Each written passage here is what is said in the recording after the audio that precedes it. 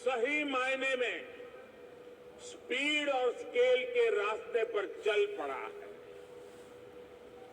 एक बहुत बड़े वर्ग की बेसिक जरूरतों को हमने पूरा कर लिया है, इसलिए वो एक लेवल ऊपर की सोचने लगा है, आगे की सोचने लगा है। यही भारत पर भरोसे का सबसे बड़ा कारण है।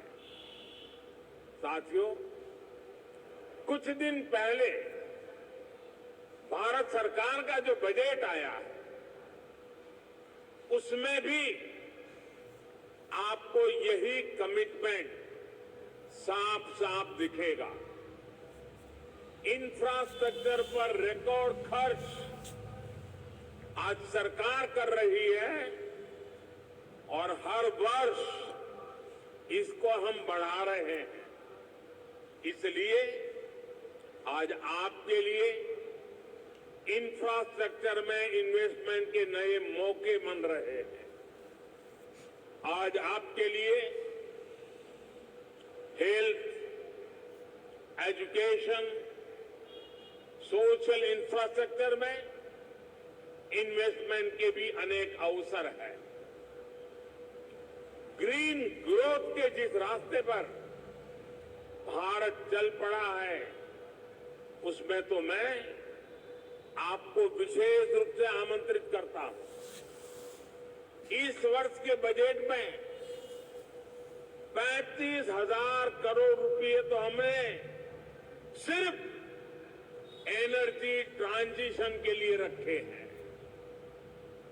ये दिखाता है कि हमारा इरादा क्या है। मिशन ग्रीन हाइड्रोजन हमारे इसी इरादे को बुलंद करता है।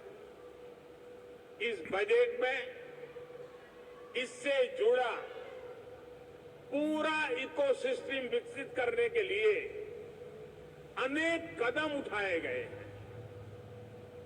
इलेक्ट्रिक मोबिलिटी की ट्रांसफॉर्मेशन के लिए एक नई सप्लाई और वैल्यू चेन हम विकसित कर रहे हैं। साथियों, मुझे खुशी है कि नई वैल्यू और सप्लाई चेन विकसित करने के लिए यूपी आज एक नया चैंपियन बनकर उभर रहा है। परंपरा और आधुनिकता से जुड़े उद्योगों का, एमएसएमईज का एक बहुत ही सशक्त नेटवर्क आज उत्तर प्रदेश में वाइब्रेंट है। यहां भदोही के कालीन और बनारसी सिल्क है, भदोही कारपेट क्लस्टर और वाराणसी सिल्क क्लस्टर भी, और उसकी वजह से यूपी भारत का टेक्सटाइल हब है। आज भारत के कुल मोबाइल मैन्युफैक्चरिंग में 60% से भी ज्यादा मोबाइल अकेले उत्तर प्रदेश में होता है। मोबाइल कंपोनेंट की सबसे ज्यादा मैन्युफैक्चरिंग भी यूपी में ही होती है। अब देश के 2 डिफेंस कॉरिडोर्स में से एक यूपी में बन रहा है। यूपी डिफेंस कॉरिडोर पर तेजी से काम चल रहा है। आज made in India defence equipments की डिमांड निरंतर बढ़ रही है। भारतीय सेना को भी हम अधिक से अधिक made in India defence system, defence platforms देने के लिए प्रतिबद्ध है। और इस महान काम का नेतृत्व इसी लखनऊ की धरती के हमारे कर्मवीर राजनाथ सिंह जी संभाल रहे हैं। ऐसे समय में जब भारत एक वाइब्रेंट डिफेंस इंडस्ट्री का विकास कर रहा है तो फर्स्ट मूवर एडवांटेज आपको जरूर लेना चाहिए। साथियों, उत्तर प्रदेश में तो डेयरी, फिशरीज, एग्रीकल्चर और फूड प्रोसेसिंग सेक्टर में अनेक संभावनाएं हैं। फल और सब्जियों को लेकर उत्तर प्रदेश में बहुत डायवर्सिटी है। एक ऐसा सेक्टर है जिसमें अभी भी प्राइवेट सेक्टर की हिस्सेदारी बहुत सीमित है। आपको जानकारी होगी कि फूड प्रोसेसिंग के लिए production link incentive PLI scheme लेकर हम आए हैं। इसका लाभ आपको जरूर उठाना चाहिए। साथियों, आज सरकार का ये प्रयास है कि इनपुट से लेकर पोस्ट हार्वेस्ट मैनेजमेंट तक एक आधुनिक व्यवस्था किसानों के लिए बने। छोटे इन्वेस्टर्स एग्री इंफ्रा फंड का उपयोग कर सकते हैं। इसी प्रकार देश भर में एक बहुत बड़ी स्टोरेज कैपेसिटी विकसित करने के लिए बजट में हमने प्रावधान किया है। ये भी छोटे निवेशकों के लिए बहुत बढ़िया मौका है। साथियों, आज भारत का बहुत अधिक हमारा फोकस क्रॉप डाइवर्सिफिकेशन पर है। छोटे किसानों को ज्यादा साधन देने और उनकी इनपुट कॉस्ट घटाने पर है। इसलिए नेचुरल फार्मिंग की तरफ हम तेजी से बढ़ रहे हैं। यहां यूपी में गंगा के किनारे दोनों तरफ 5 किलोमीटर क्षेत्र में नेचुरल फार्मिंग शुरू हो गई है। अब इस वर्ष के बजट में हमने किसानों की मदद के लिए 10,000 बायो इनपुट रिसोर्स सेंटर बनाने की घोषणा की है। ये नेचुरल फार्मिंग को और अधिक प्रोत्साहित करेगा। इसमें भी प्राइवेट एंटरप्रेन्योर्स के लिए इन्वेस्टमेंट की अनेक संभावनाएं हैं। साथियों, भारत में एक और नया अभियान हमारे मिलेट्स को लेकर के शुरू हुआ है। भारत के ये मिलेट्स आमतौर पर लोगों की भाषा में उसको मोटा अनाज कहते हैं और उसकी कई वैरायटीज है। विश्व बाजार में उसकी एक पहचान बने, इसके लिए आपने बजट में सुना होगा, हमने इस मिलेट्स को, मोटे अनाज को एक नया नाम दिया है, श्री अन्न। ये श्री अन्न जिसमें न्यूट्रिशन वैल्यू बहुत अधिक है। ये सुपर फूड है। जैसा श्रीफल का माध्यम है, महात्मय है, वैसा ही श्री अन्न का भी महात्मय बनने वाला है।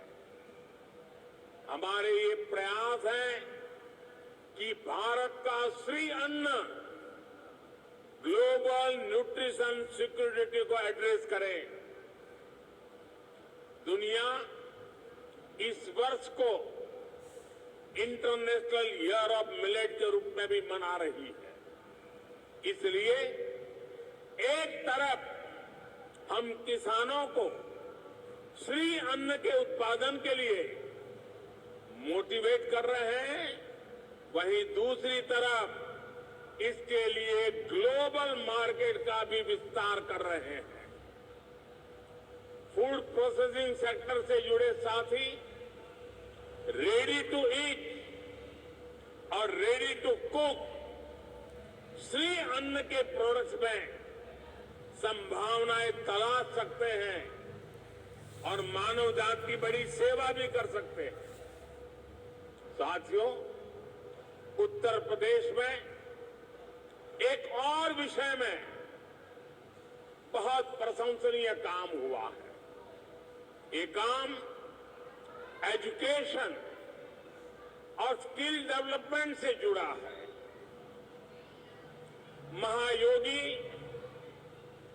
गुरु Gorakhnath Ayush university, Atal Bihari Vajpayee health university, Raja Mahendra Pratap Singh university, major Dhyan Chand sports university, ऐसे अनेक संस्थान अलग अलग स्किल्स के लिए युवाओं को तैयार करेंगे। मुझे बताया गया है कि स्किल डेवलपमेंट मिशन के तहत अभी तक यूपी के 16 लाख से अधिक युवाओं को अलग अलग स्किल्स में ट्रेन किया गया है।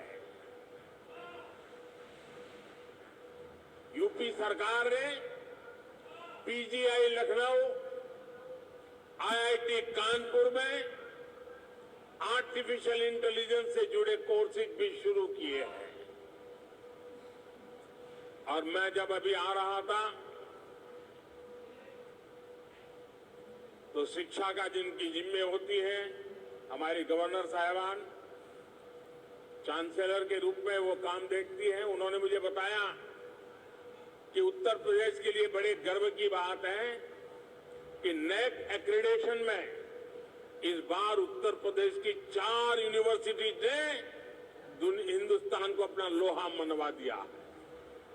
मैं शिक्षा जगत से जुड़े लोगों को और चांसलर मैडम को हृदय से अभिनंदन करता हूं।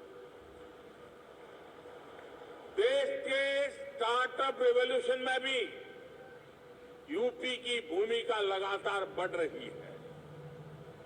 आने वाले कुछ वर्षों में 100 इंक्यूबेटर्स और 3 state of the art centres को स्थापित करने का लक्ष्य यूपी सरकार ने रखा है।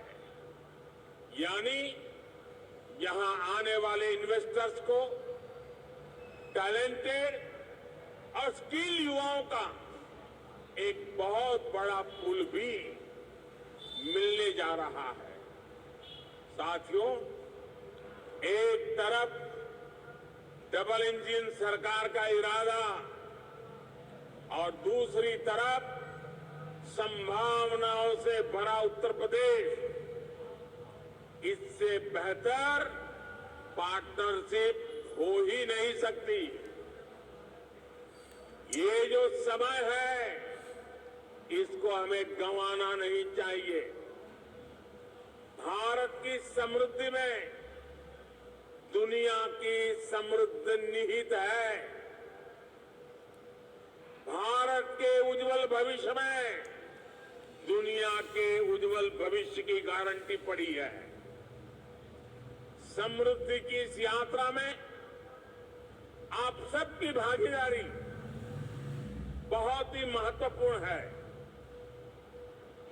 ये निवेश सबके लिए शुभ हो, मंगल हो, इसी कामना के साथ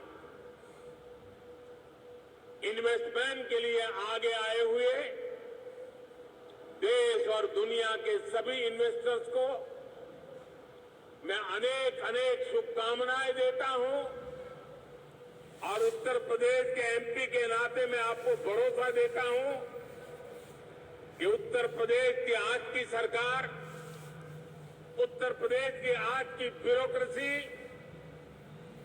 प्रगति के राह पर दृढ़ संकल्प होकर के चल पड़ी है। वो आपके सपनों को साकार करने के लिए, आपके संकल्पों को सिद्ध करने के लिए पूरे सामर्थ्य के साथ अग्रदूत बन करके आपके साथ खड़ी है। इसी विश्वास के साथ मैं फिर एक बार देश और दुनिया के इन्वेस्टर्स को मैं हमारे उत्तर प्रदेश की धरती पर निमंत्रण करता हूं, स्वागत करता हूं। बहुत बहुत धन्यवाद।